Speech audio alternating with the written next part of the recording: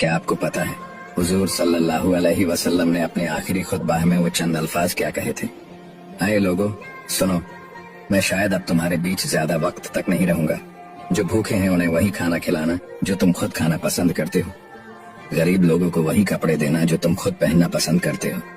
बेशक तुम अपने रब से एक दिन जरूर मिलोगे और वो तुम्हें तुम्हारे हर एक अमाल का अच्छा बदला देगा।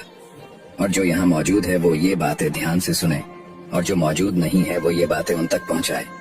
तुम सभी एक आदम की औलाद हो, और तुम में से बेहतरीन शख्स वो है जो अपने रब के बताए हुए रास्ते पर चलेगा।